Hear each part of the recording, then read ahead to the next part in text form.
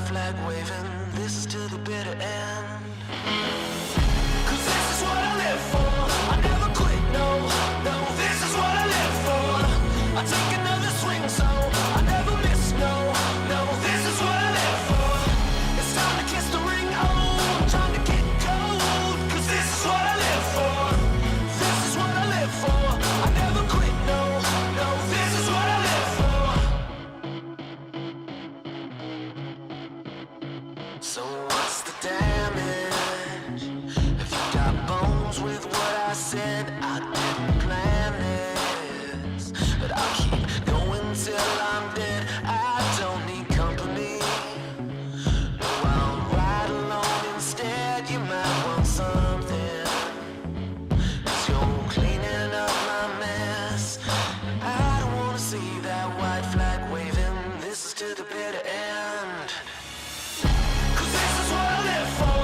I never quit, no, no, this is what I live for. I take another swing, so I never miss, no, no, this is what I live for.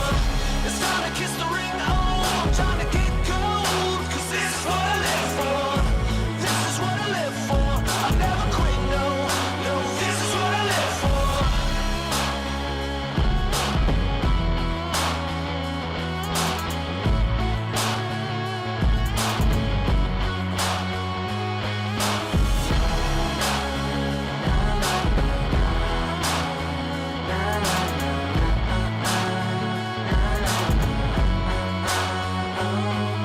I don't wanna see that white flag waving. This is to the bitter end.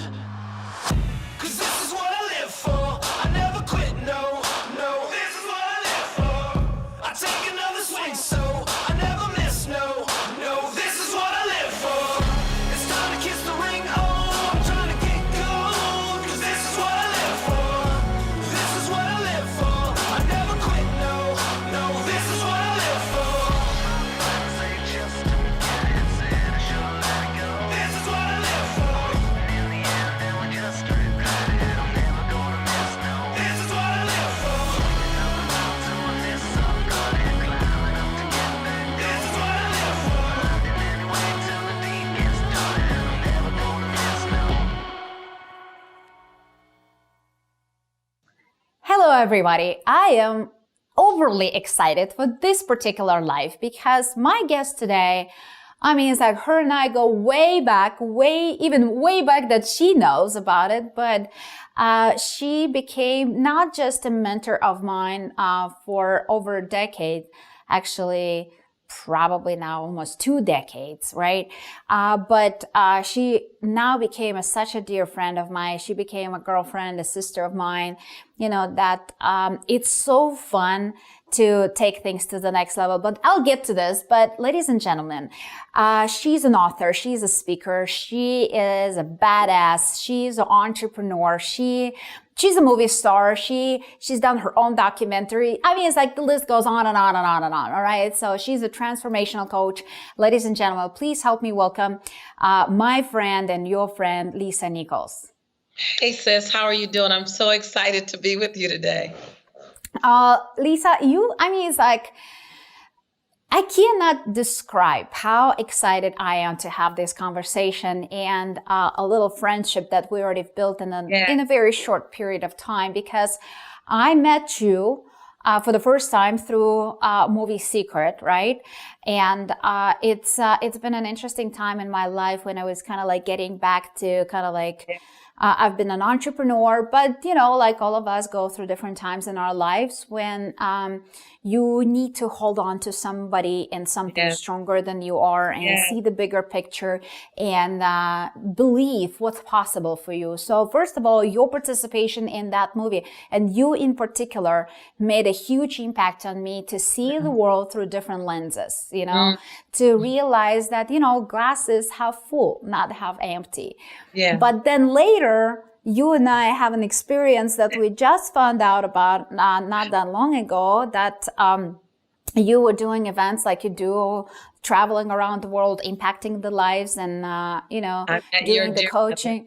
you met my mom in, I think it was in Kiev, right? So you did a training. So tell your version of the story, and I'm gonna kind of like lead it to the kind of like the conclusion of that. So I'm in Kiev. I'm blown away because I get to serve this beautiful community of people that I never thought that I'd serve. Like I'm that little girl from South Central Los Angeles who had 3 fights a week to get home from school. I'm the kid that struggled in English and in math and in science and in geography, finding out later that I'm functionally dyslexic. So that's why I struggled so much. So I'm in Kiev and I'm blown away, right? I'm just excited. And I remember this woman coming to me, and I had just challenged the audience to have the necessary conversation you need to have to restore the relationship you need to restore, because at the end of your life, you will only be left with your memories. And you want to protect your memories. You want to give yourself the best memories possible. And your memories are determined by what you do today. And this woman came to me and she was distraught. I mean, literally, she was like, but you don't understand. And it was as if she was playing it out in her head. I'll never forget. She was playing it out in her head. And where she had gotten to in her head was, it's not going to work. I won't be accepted. And she just kind of started the conversation right where she was. She didn't explain the whole thing to me. She's like, she's not going to talk to me and she won't forgive me. So I was trying to play catch up with her and I could feel her urgency. And I responded and she said, she's my daughter. And I don't think she's going to forgive me. And I said, you have to give her that choice. You can't make the choice for her. You have to call her and you cannot take that choice away from her. You have to give her a choice. We went back and forth. She was pretty adamant that it wouldn't work. She's a stubborn woman. She's a strong woman, man. And she was determined. And she walked away and she agreed to call her daughter. And she walked away saying, I'm going to call her. And I can tell by the physiological makeup of her body had shifted. And I can tell that she had went into a little bit of nervousness. At first she was inside of adamant. And then she went into nervousness. I could tell she was going to do it. She was scared, but she was going to do it. I never saw her again. So I thought. Yeah. So the conversation and that woman that you had is my mom. So, and here's kind of like the rest of the story, right? So Lisa told my mom to call me, her daughter, and have a conversation. And that was many years ago. I think it was like 2013 or something like that. Yeah. And I remember I got a call from my mom in the middle of the night because she was in Ukraine. I was in States at the time. It was already kind of like late for me. And she called me and sobbing and just said, I love you so much. And something like, very nice and kind. And obviously when you get a call like this, the only thing you can think of is like somebody's dying, right? And it's like my first question was, and you warned her about it.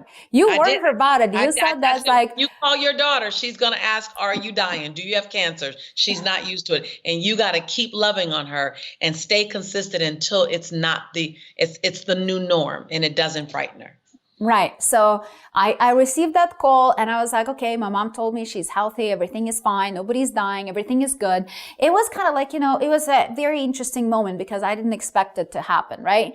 So, and life goes on, right? I rebuilt the relationship with my mom. She lives with me right now, in my beautiful home here in Las Vegas. I moved her from Ukraine.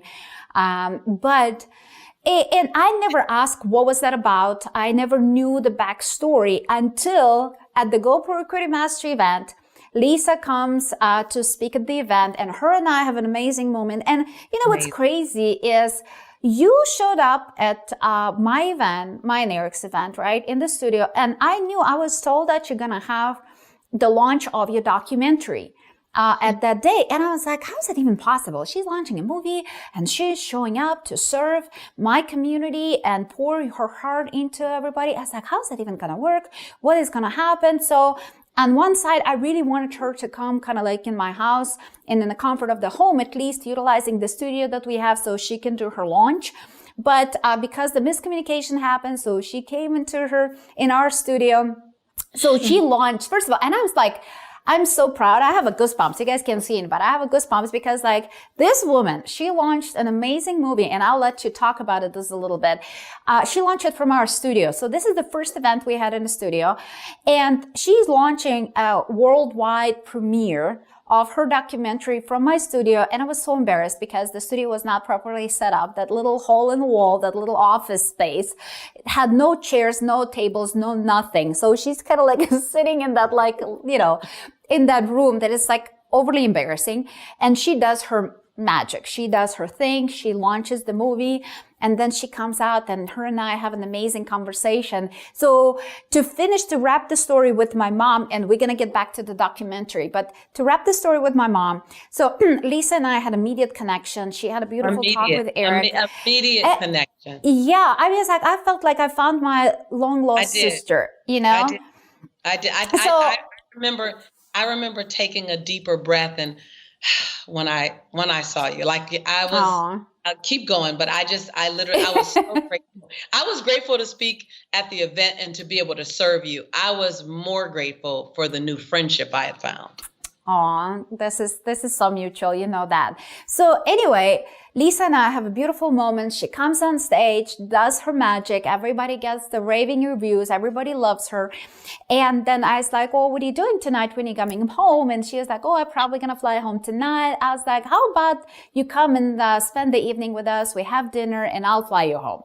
So a couple other friends kind of like I convinced them to do the same. So we actually ended up firing up GoPro jet to bring Lisa and a couple of other people back home so I can selfishly have them for myself and have a good evening and have a dinner with Lisa and a couple other friends.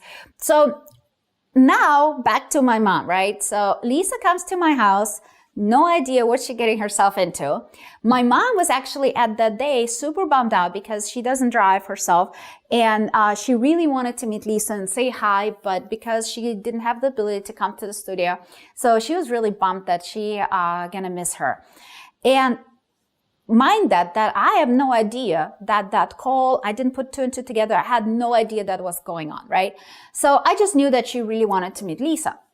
So here she is. Lisa comes to my house. My mom like dropped, her jaw dropped, and she was like, oh, like Lisa. So she was kind of like, around the corner. I gotta say this right now. I come around the corner, and this cute little lady, she stands about this tall to me, which is really hard to be shorter than me because I'm not super tall, but she's about probably this tall.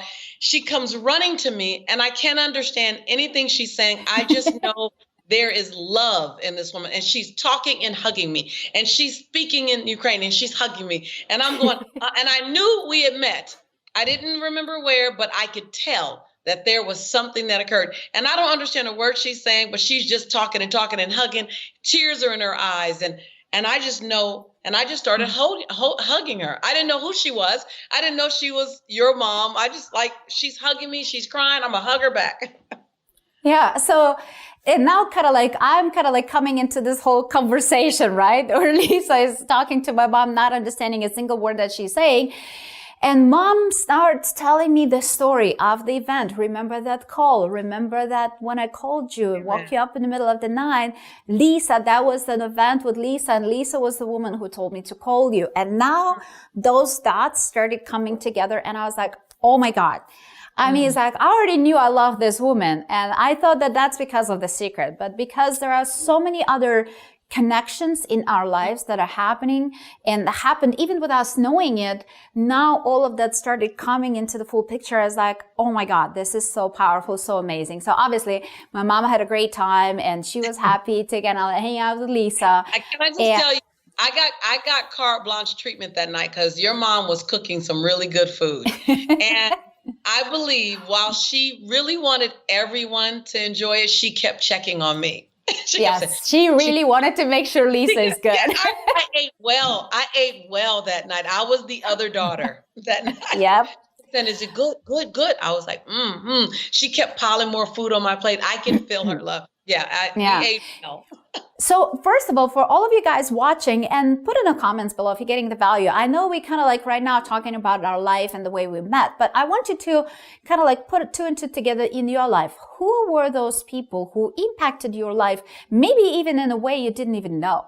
You know, people that years or a decade later showed up in your life and they made a huge impact, but you had no idea. You know, sometimes we all remember, it's like, oh, you know what, that teacher that believed in me, you know, that friend that pushed me a little farther, that person who said a prayer for me, or whatever it might be in your life. Just start thinking about those divine moments, you know, because I call them obviously divine, because it just cannot happen just cause, you know. I believe that everything happens for a reason. And all the beautiful reasons that this woman had to be in my life, you know, she was coming into my life in little bits and pieces, and finally I have her. I have her in my life. And you know what? You said something so critical, Marina. You said connect the dots. And I love the challenge to everyone. Type in chat, everyone that's here sharing with us.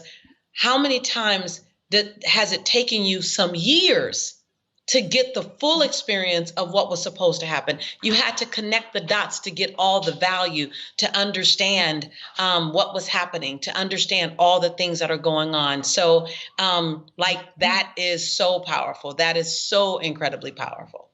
And I think, you know, experiences like that, what I learned through my life is don't question why, you know, don't be resistant to different opportunities and people and things that are happening in your life. Just be grateful and embrace. It might not make sense to you right now, but I promise you at some point it will.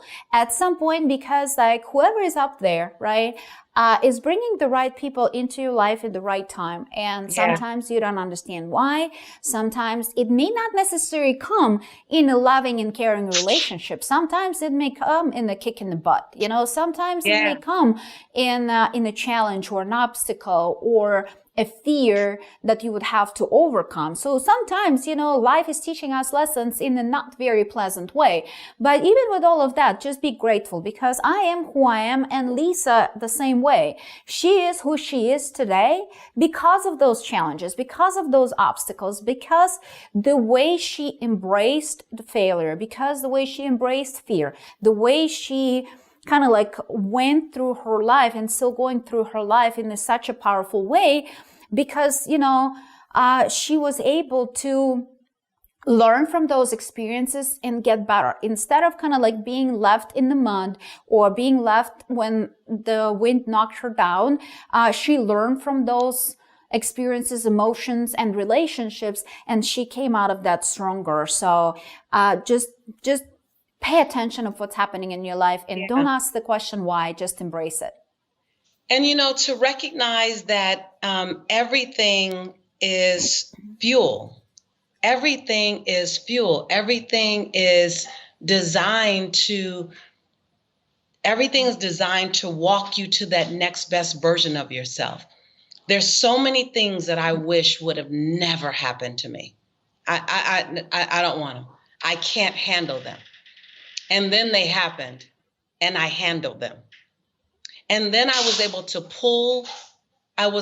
pull the lesson from the experience, and sometimes not instantly. You know, I look back on my life. Well, first of all, I look at my life today, and sometimes I literally, Marina, I go, "Are you sure? Are you sure?" Like, you know, and I don't say anything to brag. I don't say anything to status, but I look and I go, I feel like I'm the little engine that could. You know, the little engine that could was the little engine that didn't go fast. It just never stopped, you know?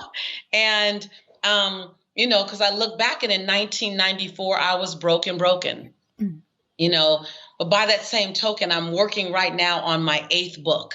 You know, and then I go back and I look and I go, oh my God, the last time I took an English class, I got a fail in English. And my English teacher said, Lisa, you have to be the weakest writer that I've ever met in my entire life. And I go, So what I know is that my past does not equal my future. Your past does not equal your future. And my grandmother used to say, baby, don't put a period where God put a comma. And I never understood that, Marina. And what I realized is she kept saying, there's more to come. There's more to come. I remember in 1994 when I was on government assistance. I had my son was 8 months old at the time, and he's 26 now. And I remember not having money to put Pampers on him. And I made a declaration one day that I knew he couldn't understand. He's laying beside me and he's wrapped in a towel because I didn't have money for Pampers. And I put my hand on his little tummy and I'm sobbing, I'm crying. And I said, Jelani, mommy will never be this broke again. And I just drew a line in the sand. And I knew, though, Marina, that the person I was at that time wasn't going to get me there. I was scared, but I act like I wasn't scared. I was trying to protect people's image of me by acting like I was better off than I was. I wasn't willing to be coached because I was afraid of where it might take me to. It was so much, but I wanted a better life. And I was willing to, this is going to sound intense, but I was willing to die to the old me. I was willing to forfeit anything. I was willing to say, I don't care whatever I've been. I am willing to put it all away. I'm not my ego, my SheGo, ladies. I'm willing to check it all at the door. And I've always been a gifted orator, unconscious competence. I didn't know what I had. I didn't know how to use it, but I didn't know I wasn't willing to, at the time, I needed to muster up the courage to let my voice be heard. I knew I had a voice, but I didn't know if anyone wanted to listen. And I often questioned, I don't know if you've ever been here, but I often questioned, was I good enough to listen to? And that was the mountain I kept climbing over. And I kept climbing over. And I look at my life today where I'm told my brand touches over 86 million people a year, and I've traveled the globe inspiring people with this same little voice, and I've done it in movies and I've done it in magazines. And I keep going, wow, you have no idea the woman that's coming through you. The man, you have no idea what your next best version of yourself looks like, but you have the birthright to go find out. And and everybody, just put in the comments below, because here's the thing: if you ever felt that you are not good enough, that you are not smart enough, that your story is not, because one things that I feel like a lot of people think that they need to climb the Mount Everest in order for their story to be interesting or to be heard. They need to be like an astronaut, or they need to do some outrageous, something big and out of this world in order for people to be interested, in order for people to relate. But guess what? It's hard to relate to somebody who climbed the Mount Everest, because you and I never will. Maybe you will. I'm not going to do that. I'm clear. I won't. I was like, I'm not going to be an astronaut. So for me, it's really hard to relate to that story. But to relate to the story is like, I'm a single mom. I don't know how I'm going to feed my child. I'm broken. I don't know if anybody want to listen to me. I don't know if I'm deserving. I don't know if I... Exactly. I don't believe in myself, and I don't know if I'm even deserving. If I get to the level of success, I don't even know if I'm deserving all of this success, because I know you once in a while questioning too. Am I deserving all this fame? Am I deserving all this success? Oh, I had success guilt. I had success guilt for a long time. I had wealth guilt. It wasn't, the notoriety didn't disrupt me as much because I could ignore it. At the 2 days after being on Oprah, I ran away to Maui and hid in I hid in Maui. And so I can ignore that. It was the wealth shame. I had wealth shame because I no longer had anything in common with some of my family members. Right. We talk about being in the struggle together. That was our common ground. And when I wasn't in the struggle anymore, as a matter of fact, as I kept progressing up and I landed in the top 1% income earners in America, I was just like, let's act like it doesn't exist. Yep. And I had a whole nother level of shame. I wasn't even ashamed of being broke because it was my norm. So this is the challenge. And oh, by the way, I see your comments in chat. Thank you so much. I'm looking at your comments. I'm seeing your love. I'm seeing what you're saying. I'm right there with you, sisters. I feel you. You're not alone. We're in this together. I had to realize that I had become comfortably uncomfortable. And let me explain what I mean by that. I was used to my struggle. I was used to being the dyslexic woman, single mom, woman of color. I was used to all of those labels. And when I had outgrown the label, and tell me if this is you, type your name in chat if this is you. Marina, when I had outgrew the label, I was still trying to fit back into the label. Yep. It was like trying to put a size 8 foot and a size 5 shoe. Well, because it's hard, the self-worthiness is probably one of the biggest challenges and issues that I see in a lot of people, because like we had this conversation, Eric has the same thing and I had that because, sometimes it's just hard to recognize that you are good enough. It's hard to take a compliment. It's hard when kind of like conversations with Eric about this. Right. Because like he was kind of like really comfortable in being that underdog, the scrappy underdog. And even when he out-earned his scrappiness, he still was sabotaging his own success by doing things that he shouldn't be doing, by just being inconsistent or just kind of like leaving his team alone for absolutely no reason, not paying his taxes when he had the money, like doing some ridiculous things, right? Doing ridiculous things to, like you said, to fit back into that scrappy underdog label so you can feel comfortable. Yeah. To being uncomfortable. And I would see it all the time, particularly with this label. No one, I can't rely on anyone. I got to do it myself. So I would set myself up to stay alone. I would, whether it was not invest in the relationships around me. And I had to at some point challenge myself. And so for those of you beautiful souls who are here right now, the best thing you can do is have a carefrontational moment with yourself. Like not a confrontational moment, but a carefrontational moment. I had a carefrontation. Well, let me be honest. I had multiple carefrontational moments with Lisa. And I just had to say, look, chick, look, hold on. That's who you were.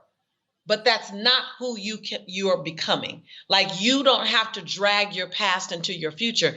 And when I say die to self, I had to look at all of my behaviors that didn't serve the zip code I wanted to go to. And I say zip code metaphorically, but it was where I want my life to be. When I was living in Inglewood, California, I looked at all the things that I did. I avoided confrontation. I avoided hard conversations. I avoided leadership. I was always the one that said yes, even when I didn't want to say yes.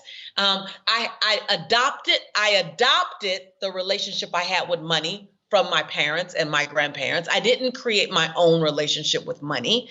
So I just had all these things. That doesn't make me a bad person.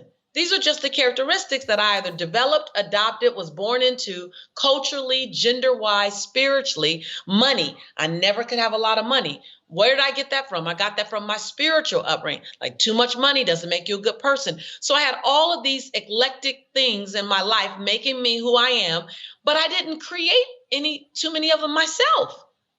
You are the result of your environment, your culture, your religion, your spiritual origin, your parents. Nothing wrong with any of that. But what I decided to do, Marina, was say, hold on. If I redesign Lisa, what characteristics would I give her? What behaviors would I give her? And then I'm weird. So I'm just got to tell everyone, I love you guys. I love all your comments. I'm an odd bird. So I was willing to put myself in a bubble for a while. like literally about 3 or 4 years. I just put myself in a Lisa recreation bubble. And what I mean by that is I didn't go out to the same parties I was going to. I didn't socialize. I just told everyone, I love you guys, but I need to put a pause so that I can do some work on myself, because I needed to disconnect from everything that made me who I was. And I'm not asking you to run away from home. Please don't say Lisa told me to pack my bags. I'm not implying any of that. I am implying go into yourself and find out, who do you want to be for you? And in that, and I needed to be radical and not do anything because I was young. I was in my early 30s, so I was so impressionable still. I was still insecure about my mocha skin, my full lips, my round hips, my kinky hair. I was still so insecure about everything that made me me that I had to go and just be with me. And when I decided, who do I want to be remembered as? Oh my God, I had this list, and it felt like, Marina, it was 10,000 miles away from who I could actually be, because I demonstrated none of it. And now I look up 24 years later, I look up, over 20 years later, and I've become her. I don't know the day and I don't know the time. And I'm glad we started with how our friendship and our relationship has been circling each other. We've been in each other's orbits for a while, but I never thought that I would attract friends like you 25 years ago. Mm. But now I go, of course I would, because I'm who I am today. And so everything around us begins to advance and elevate and rise when we rise our mindset, our heart set, our belief system, our worthiness. All tides will rise.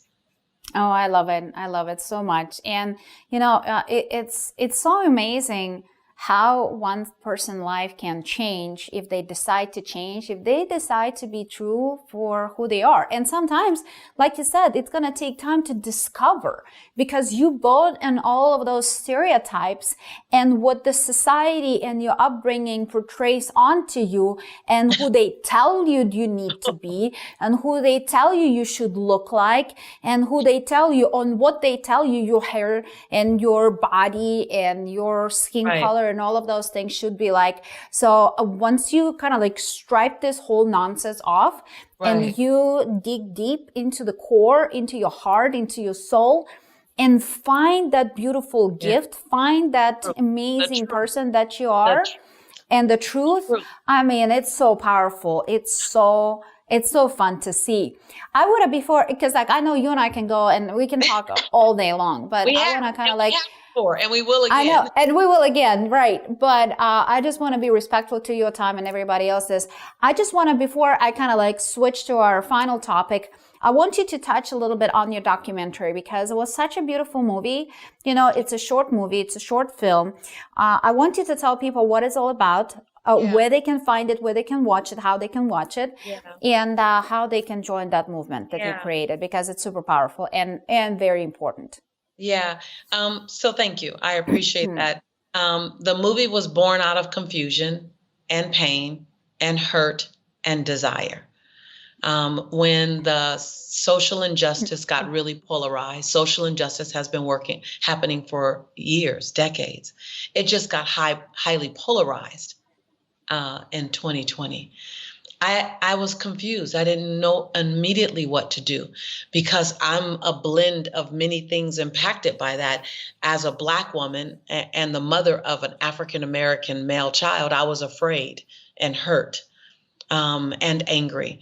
As a transformational leader, I was hopeful, and I felt the tug of requirement. And so I blended both of those together. Black woman, transformational leader. And I decided I want to do spoken word, because when I do spoken word, I speak, my soul speaks. My soul speaks through my poetry. There's no filter. And yet I wanted to have something that you and I could sit down and we can watch together as a white woman and a Black woman, and we can find our common ground. So I enrolled a very close friend of mine. I call him my brother from another mother, Sean Smith, who's a white man. And I said, I want to speak across cultural lines, but I want to speak in such a way where we do two things. One, we speak our truth to one another. And two, we leave each other's dignity intact. And it took us a couple of months to craft this spoken word film, 15-minute film, that where the character is a Black woman, a white man, and a Black man. And the Black man is coming with two things, anger and information. And the white man is coming with, interest to learn, but the unawareness of all the things that history hasn't shown. And the Black woman is coming with her hurt and hope. And we collide in this beautiful, riveting, emotion-filled experience called Let's Grow. And the theme of it is, let's grow together. And it's at letsgrowmovie.com. We've been asked to sell it to some of the major studios. And right now, I just want people to be able to access it in their space. I want them to choose it right now. And then we'll let the studios have it later. But it's called letsgrowmovie.com. And it has ignited so many what we call courageous cultural conversations around the globe. I'm blown away. It's already been submitted into film festivals and just for NAACP awards. It was just after I did it, I cried for 2 days and I said, that was one of my pieces of life's work. I may do others, but that was one of the reasons why I'm here.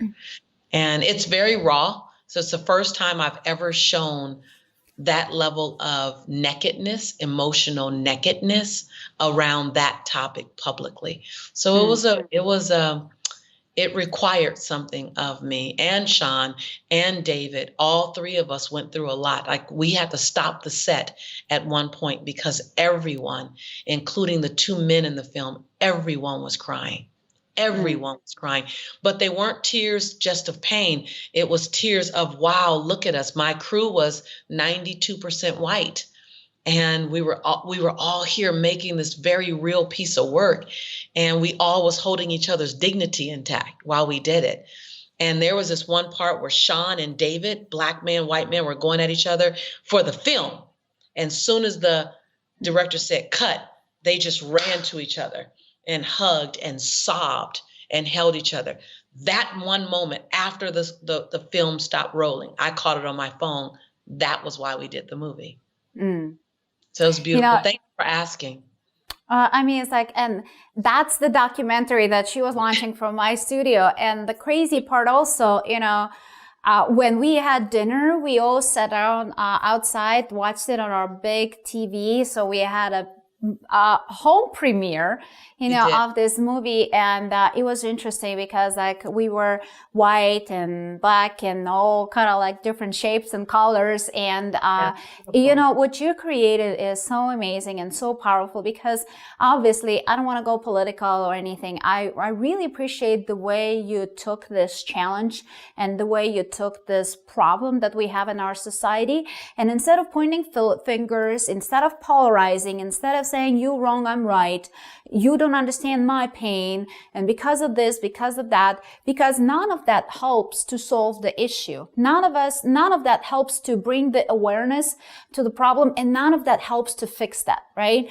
So I think the way you did it is, it's so empowering and it's so encouraging, so we can all come to the table, so we can learn, so we can get educated, and we can grow together out of it. So make sure to go to letsgrowmovie.com. Make sure you watch it. Make sure you share it with every single person you know, because this movie will help you to get your understanding and awareness to the next level, and hopefully all together, we're going to come out of that better, and we're going to live a better world for not just ourselves, but for the kids and the future generation. So first of all, Lisa, thank you so much for doing this beautiful work. I think, like you said, it's you've done a lot of amazing things, and that's definitely going to be one of those things that you will be remembered for as a mover and shaker and the global and thought leader of our planet. So That was awesome. But guys, I mean, it's like the exciting part of this whole conversation is guess who is coming to the Most Powerful Women event in network marketing, May 14th through the 16th? This woman. I gotta be there. I gotta be there. There's nowhere else any powerful woman should be. There's nowhere else any powerful woman should be. Either a woman owning her power, discovering her power, or using her power for good. They should. Oh my gosh. I love it. The woman learning and discovering her power. So if you don't feel yet that you're one of the most powerful women in network marketing event, that event is designed to help you find that power, to help you discover it and develop it to the level when you kind of like embrace it and you believe in it. So Lisa, I know that you're going to be bringing some heat at the event, and I know we will be talking about confidence. That's your topic that you will be sharing. So, everybody, make sure you register. It's on pw2021.com. It's absolutely free. But because it's free, don't treat it like that. You know, because all of these amazing speakers and trainers on stage, first of all, they're all giants in the personal development world or business world or network marketing space, right? And they're all coming together to pour into you. So because of that, you need to make sure that you, first of all, show up. You know, you come to the event and you participate in every single moment of that event, because any minute of it can be life-changing. You know, any little idea that all of those powerful people going to be sharing with you, it can be life-changing. It can take and save you years of pain and frustration and push your business to the next level, or help you grow help you to get to the next level and discover who you are.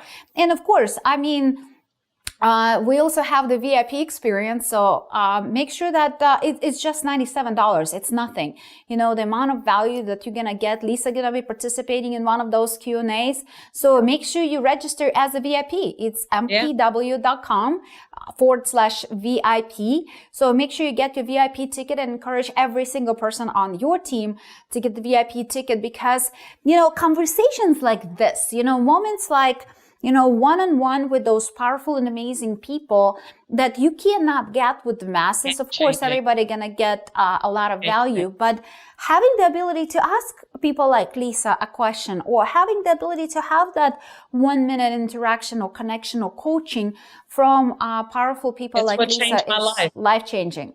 It's what changed my life.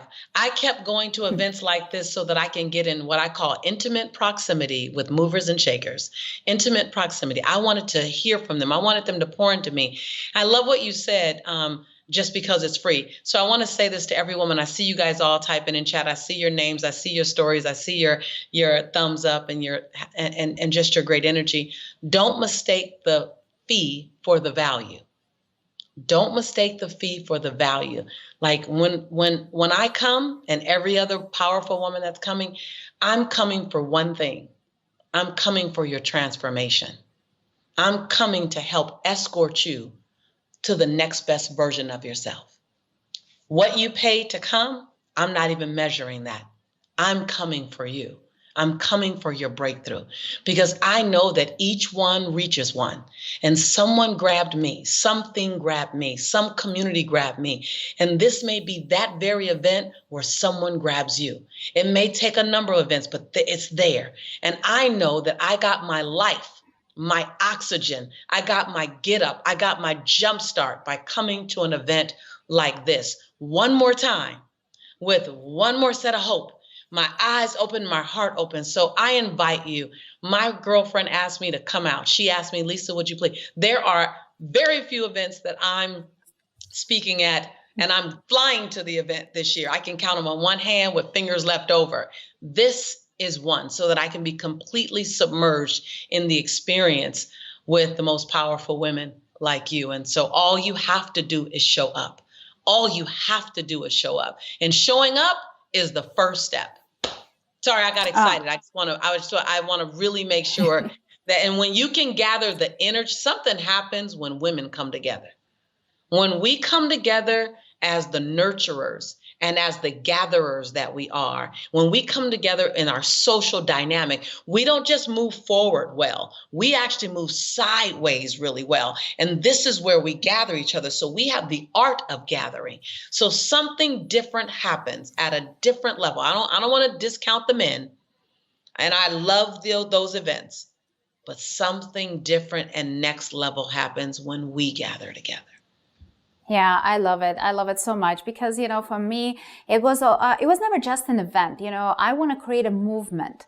I want to create a movement of powerful women coming together and showing what's possible, you know, because like you said, somebody gave you a hand, somebody believed in you, somebody planted that seed of hope and, you know, that excitement and something that can help you to take things to the next level and believe in you. So I want all of us who are participating in this event be that beacon of light, be that beacon of hope. So make sure you register, and not just register, make sure you show up, but also make sure you play full out. Take it very seriously. Like I said, just because it's free, it does not, first of all, it's not going to be recorded. If you miss it, you miss it. You know, you might miss your transformation that Lisa is coming for, that all these amazing people are coming for to give this amazing gift to you. They're coming and delivering and pouring their hearts and souls to you. So, and you might miss it if you don't show up. So make sure you show up. Make sure you take huge amount of notes, because they will be life-changing and transformational. And like Lisa said, when women come together, boy, oh boy, we can do some amazing things happen. And special happens. So here's the last charge, invitation that I'll extend to each one of you beautiful, beautiful souls who are here with us. If you come empty, we'll come full, and we'll pour everything we can inside the time we're together into you and your soul. But come, and then come empty, and we'll come full. Oh, I love it.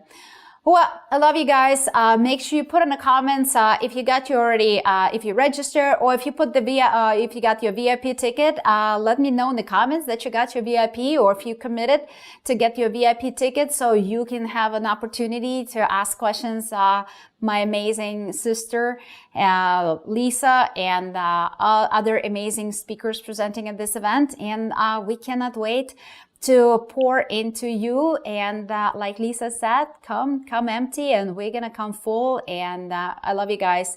And Lisa, thank you so much. Thank you for your time. I know you're super busy, and thank you so much for pouring into this community. We love you very much, and cannot wait to see you soon, sister. I'll see you soon. Sleep over.